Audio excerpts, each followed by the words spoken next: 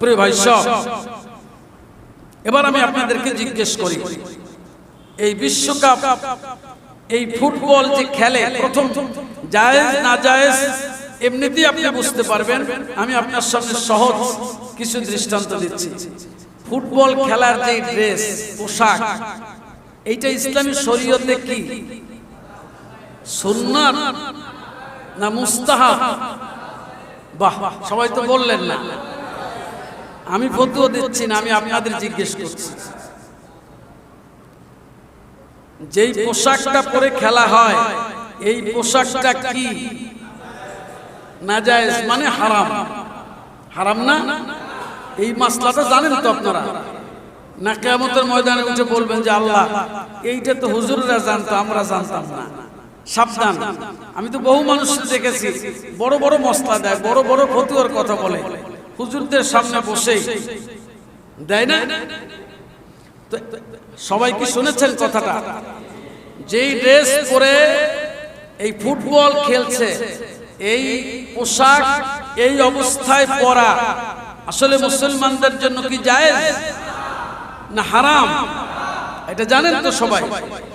তাহলে কি মনে করেন খেলাটা জায়েজ? হ্যাঁ, দেখুন, এই খেলা দেখছে, এই খেলার যে আয়োজন, হোক তা মূল মঞ্চ ৪-৫ অথবা ১০০০ মাইল দূরের বাংলাদেশ, যেখানে এর আয়োজন হচ্ছে এবং এই আয়োজন যারা উপভোগ করছে সম্মিলিতভাবে, এই উভয় জায়গাতে নারী এবং পুরুষরা কি মিলিত হচ্ছে? হ্যাঁ, এটা কি জায়েজ হারাম? প্রিয় ভাই সব, খেলাকে কেন্দ্র করে আপনি এমন সব দেশকে ধারণ করছেন আপনার বুকে, আপনার পিঠে, আপনার বাড়ির ছাদে, আপনার বাড়ির গেটে, আপনার গাড়ির পেছনে, এমনকি প্রেমে এমন উত্তল হয়েছেন যে ঘরের সামনে রাস্তার উপরেও আপনি পতাকা এঁকে এরপরে সমর্থন ভালোবাসার প্রকাশ ঘটাচ্ছেন। জানেন, আপনি এটাও জানেন যে ওই রাষ্ট্রগুলি ইসলামের বিরুদ্ধে প্রকাশ্যভাবে অবস্থান করছে। আমি কি বানিয়ে বললাম? কেমন মুসলমান আপনি? অথচ আল্লাহ তো বলেছে লা ইয়াত্তাখিযুল মুমিনুনাল কাফিরিনা আউলিয়া মিন দুনিল মুমিন। আমি তো বানিয়ে বলি না। আল্লাহ তাআলা বলেছে কোন মুমিনের জন্য এটা সুযোগ নাই সে আরেকজন মুমিনকে বাদ দিয়ে কোন কাফিরকে বন্ধু হিসেবে গ্রহণ করবে। আপনি কার প্রতি ভালোবাসা দেখালেন যে কিনা আপনার আমার বোনকে ধর্ষণ করছে, যে কিনা আপনার আমার ভাইকে হত্যা করছে, যে কিনা আপনার আমার বাবা মাকে হত্যার সমর্থন দিচ্ছে, আপনি তাকে নিয়ে উল্লাস করছেন, তার জন্য আপনার উপার্জিত পয়সা খরচ করছেন, বিশাল বড় পতাকা বানিয়ে তারপরে রাস্তায় বিভিন্ন জায়গায় আপনি টানিয়ে দিচ্ছেন, এরপরে ওয়ালে ওয়ালে এঁকে দিচ্ছেন। কি ভালোবাসা প্রকাশ ঘটাচ্ছি আমরা? আমি কি বুঝাতে পেরেছি ভাইয়েরা? আর নামাজ, আল্লামা ইকবাল একটা সুন্দর কথা বলেছিলেন, যে কথাটা প্রায়শই আমার মনে পড়ে। তিনি বলেছিলেন যে মুসলমান কি বিস্ময়কর ব্যাপার, একটা লোকের জানাজার নামাজ পড়তে আর এক দেশ থেকে আসে, কিন্তু তার পাশেই মসজিদ, সে ৫ ওয়াক্ত নামাজে যায় না। বুঝাইতে পারি না এই কথাটা? সে আরেক দেশ থেকে জানাজার নামাজ আদায়ের জন্য চলে আসে, কিন্তু তার ঘরের দেয়ালের পাশেই মসজিদের দেয়াল, ৫ ওয়াক্ত তাকে ডাকা হয় নামাজে। যেই নামাজ না পড়লে মুসলমান থাকে না, সেখানে সে আসে না, কিন্তু জানাজার নামাজ আদায় করতে যায়। ব্যাপারটা কি হাস্যকর না? প্রিয় ভাই সব, এখন আমরা যুক্তি দিচ্ছি কি দেখুন, যে এটা তো আমরা নিছক একটা দেশ ভালো খেলে সেজন্য আমরা সমর্থন করছি। যুক্তি যে তারা ভালো খেলে তাই আমি তাদেরকে সমর্থন দিচ্ছি। প্রশ্ন হচ্ছে মুমিন কি তার অর্থ, তার সময়, তার ফিকির, তার চিন্তা, তার মেধা এটা ইচ্ছে মতো ব্যয় করতে পারে?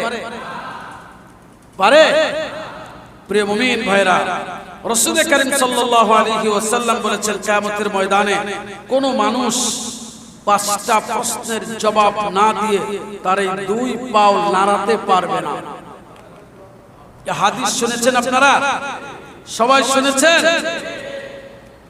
বনি আদমের 2টা পা কিয়ামতের ময়দানে নাড়াতে পারবে না যতক্ষণ না পর্যন্ত সে 5টা প্রশ্নের জবাব দিবে।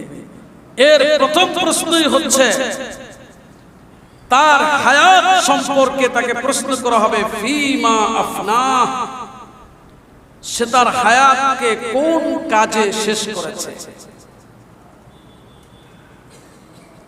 আপনি আমি মনে করছি আপনার আমার হায়াত আমার মতো করে আমি ব্যয় করব না। মুমিন ভাই, কোন মুমিন নারী এবং পুরুষের এই অধিকার নাই যে সে তার হায়াতকে তার ইচ্ছে মতো ব্যয় করবে। যদি সে ঈমানের গণ্ডিতে না থাকে তার ব্যাপারটি ইসলাম কোনো কথা বলে না, তবে তার বিপদ সবথেকে যে বড় এটা সে পরকালে টের পাবে। কিন্তু যিনি ঈমান এনেছেন তার জন্য এই সুযোগ নাই যে আল্লাহ এবং তার রাসূলের দেওয়া কোন রায়ের বিরুদ্ধে সে নিজে কোন মত প্রকাশ করবে। কথাটা বুঝাতে পেরেছি? সূরা আহজাব আয়াত নাম্বার 36, কান খুলে শুনুন। ওমা কানা লিমুমিনিন ওয়ালা মুমিনাতিন ইযা কাদাল্লাহু ওয়া রাসূলুহু আমরান আন ইয়াকুনা লাহুমুল খিয়ারাতু মিন আমরিহিম ওয়া মান ইয়াসিল্লাহা ওয়া রাসূলুহু ফাকাদ দাল্লা দালালান মুবিনা।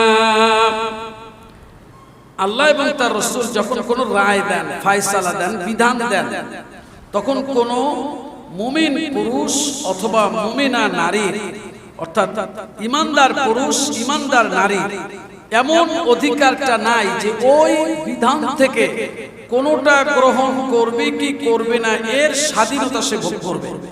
কথা কি বুঝে আসছে?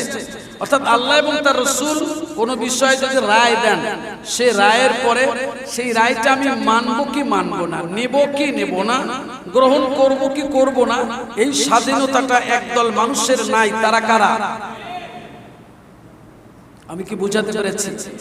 এখন আপনি আপনার প্রশ্ন করবেন, আপনি মুমিন কিনা? হিসাব তো সহজ। আপনি মুসলমান কিনা? আপনি মুমিন কিনা? আপনি যদি মুমিন হয়ে থাকেন তাহলে আপনি আল্লাহ এবং তার রাসূলের দেওয়া রায়ের ব্যাপারে আপনার কোনো স্বাধীনতা নাই তো? আমার কোনো স্বাধীনতা নাই তো? যদি আপনি স্বাধীনতা ভোগ করেন তাহলে অবস্থা কি? ওমা ইয়াসিল্লাহা ওয়া রাসূলুহু, যে আল্লাহ এবং তার রাসূলের নাফরমানি করলো, অর্থাৎ আল্লাহ যে রায় দিলেন সেটাকে উপেক্ষা করলো, রাসূল যে রায় দিলেন সেটারে উপেক্ষা করলো, ফাকাদ দাল্লা দালালান মুবিনা, সে স্পষ্ট পথভ্রষ্ট হয়ে গেল। কে বলেছেন? প্রিয় ভাই সব, কত কথাই না বললাম, কিন্তু কি বিস্ময়কর, একটা মানুষ ঈমানের ঘোষণা দিয়ে সে ঈমানের রাস্তায় চলে না, নিজেকে মুসলিম দাবি করে ইসলামের সাথে সে সংঘর্ষ বাঁধায় এবং ইসলামের বিধানের ব্যাপারে বিপরীত অবস্থানে থেকে সে তর্ক করে।